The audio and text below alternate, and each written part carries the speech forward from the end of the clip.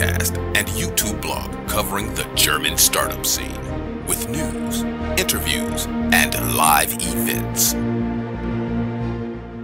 Hello and welcome everybody. This is Joe from Startuprad.io, your startup podcast and YouTube blog from Germany. I'm here again to say congratulations to another startup of the month, this time April 2019 by Frankfurt Forward. And I do have two people here with me this time. Hey guys, welcome. Can you briefly introduce yourself and your startup? Sure. Hello, my name is Zafar Khan. I'm one of the founders of PANALIS Solutions and responsible for finance and administration at PANALIS.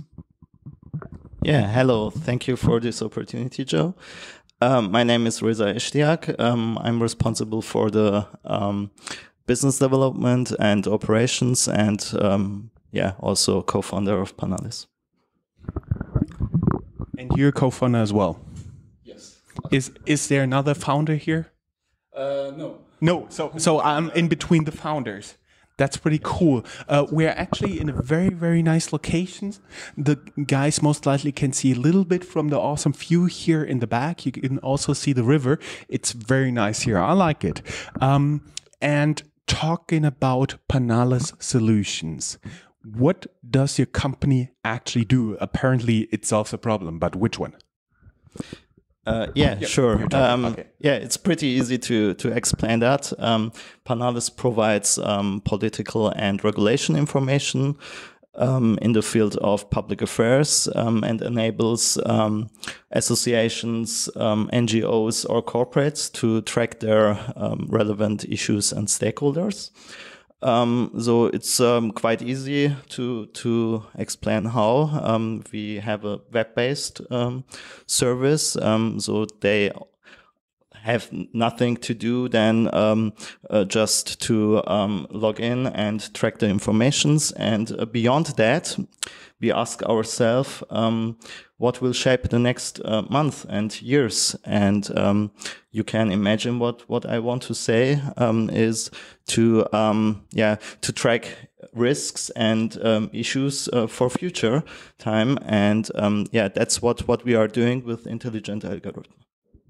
Have you guys have any analysis of your current tool? How often Brexit was punched in as a risk?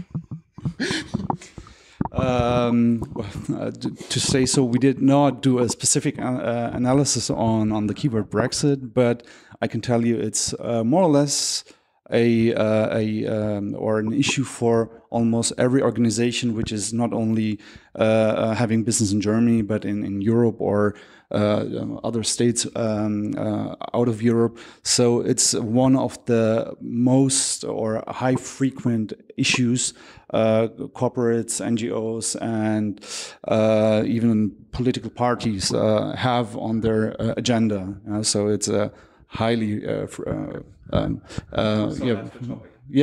course, yes.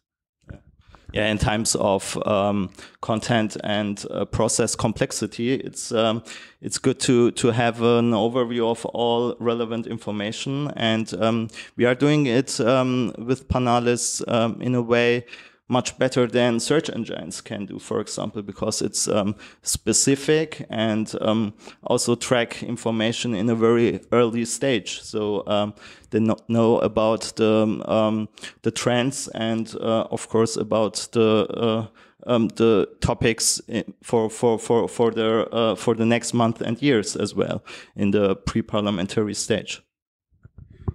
And just to make it a little bit more specific, because we have a lot of entrepreneurs out there, they're now curious, regulatory and political risk, heard about it. What can they actually do with it? Can you give a case how they actually apply it? They sit in front of the screen and there's a pop-up, you have a risk, or what happens?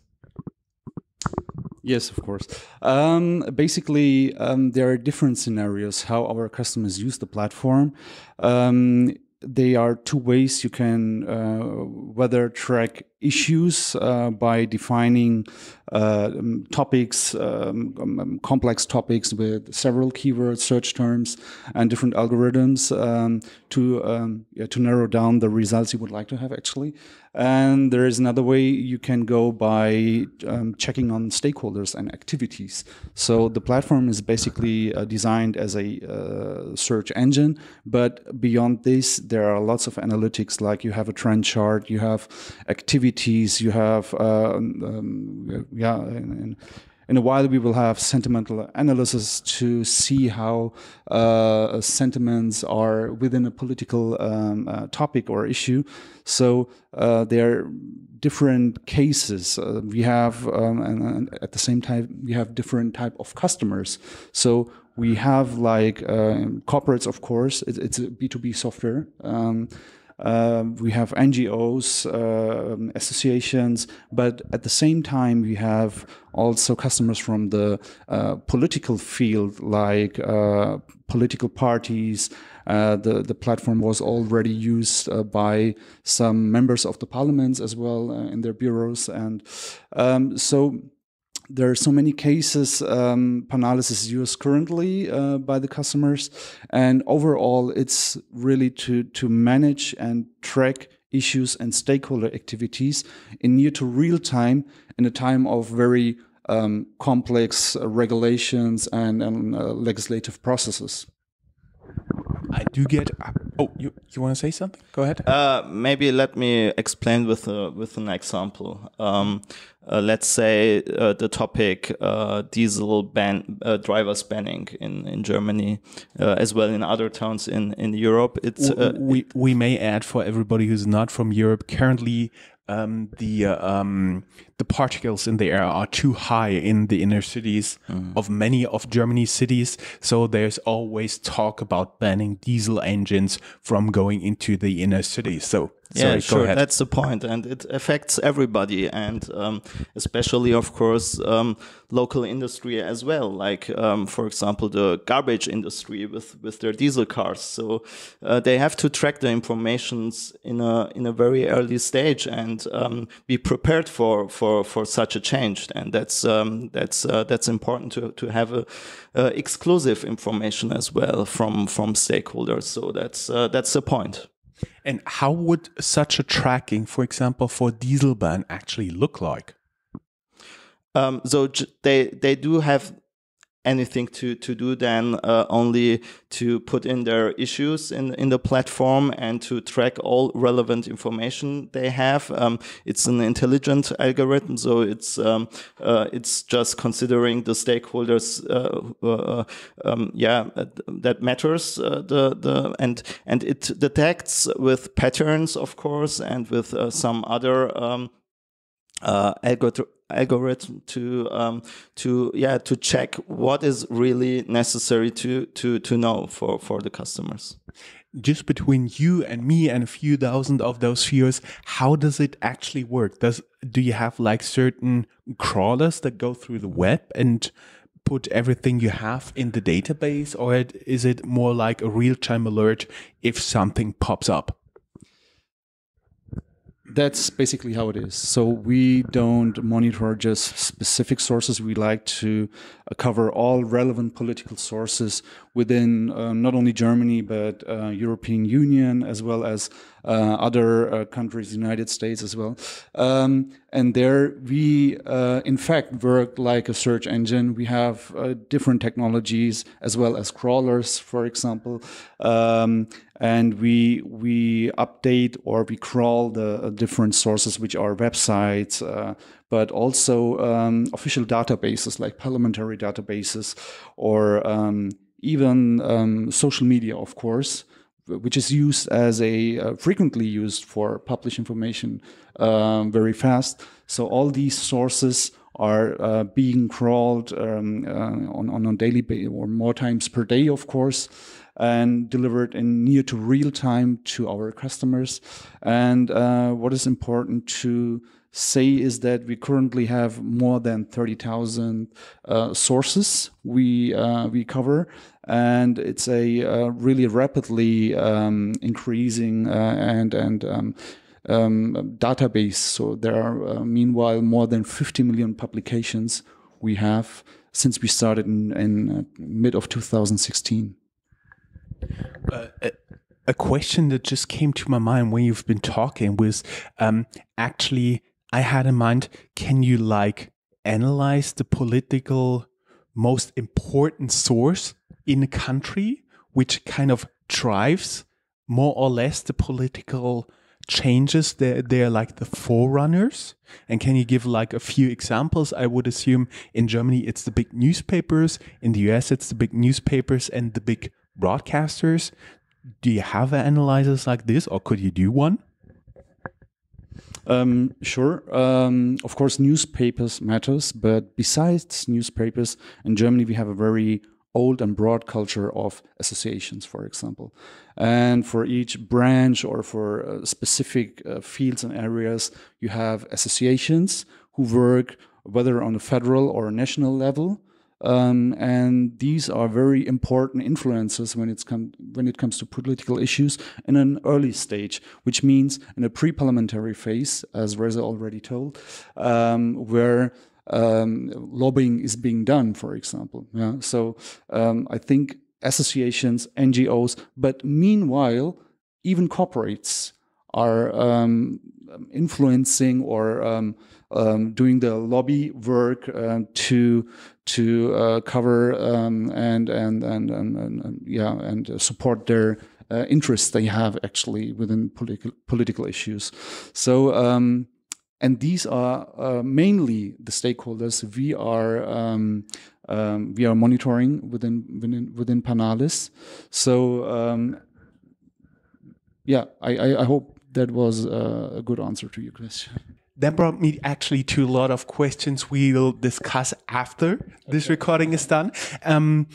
I do have a few more questions for you guys. First of all, why you guys are actually here in Frankfurt? What means Frankfurt for you? I think Frankfurt is more than just a perfect location for our business. Of course, we have several reasons why we are here in Frankfurt, because the business can scale much more better in few other cities in Germany. But also we grew up here in Frankfurt Sachsenhausen. It's one of the famous districts in Frankfurt. So that's where the party area is. Yeah. And of course, we have a network here in Frankfurt. Especially, there are lots of business angels here, stayed in Frankfurt. So these are good points to stay here. It's Germany's largest association of business angels here in and around Frankfurt. I would also assume, when I had regulatory political risk, I assume financial services, banks, insurance companies, they're a big client of yours. Yes, he's nodding. You cannot hear it, but he's nodding. Have you ever considered to move away? Not really. So Frankfurt is perfectly located, even in a geographical way. We have customers in Berlin, because Berlin is the political hotspot in Germany, where we have the Deutsche Bundestag, the national parliament. But nevertheless, Frankfurt is the perfect location to reach any spot in Germany, because it's located just in the middle of Germany. So even reaching customers in Brussels is perfect for us. Out of Frankfurt, we have the largest central station in Frankfurt in Germany. Then we have airport, of course, Frankfurt Airport. And so everything or every spot is good reachable. And since we have an online business, so we do sales by marketing or by telephone, it's not so important to be at the political hotspot. And as you already said, financial services, insurance industry, and also in Frankfurt, we have several and bigger associations. One of our biggest customers is located just like 200 meters from here. And so it's not only a good spot for living, but also investments or finding your stuff, your team with the startup. We have universities in Frankfurt and near to Frankfurt, for example, Darmstadt. We have highly qualified developers coming from Darmstadt. So this is overall, these are all aspects which make Frankfurt very attractive for startup like PANALIS Solutions. Yeah. I may add, we have a very good working airport here in Frankfurt. You've been talking about financing, how you guys are actually financed. Are you bootstrapped? You have investors? You're looking for investors? In fact, we have private investors, more or less, mostly business angels. That's, of course, revenues, which started in mid of 2016 when we launched our beta product. We already got a few customers, but currently we are also looking for investors. Of course, every startup company which would like to grow and expand is looking for investors. So, the financial or investment situation will always be a topic for any startup within the first 3 to 5 years, and that's where we are currently. For everybody who would like to learn more, go down here in the show notes. I'll link you two guys' LinkedIn accounts. I'll link the website, and you can learn more there. Thank you very much. It was a pleasure having you guys. Thank you very much, Jörn. It was a pleasure to have you here. And thank you for this nice opportunity. Yeah, thank you, Joe. That's all, folks. Find more news, streams, events, and interviews at www.startuprad.io. Remember, sharing is caring.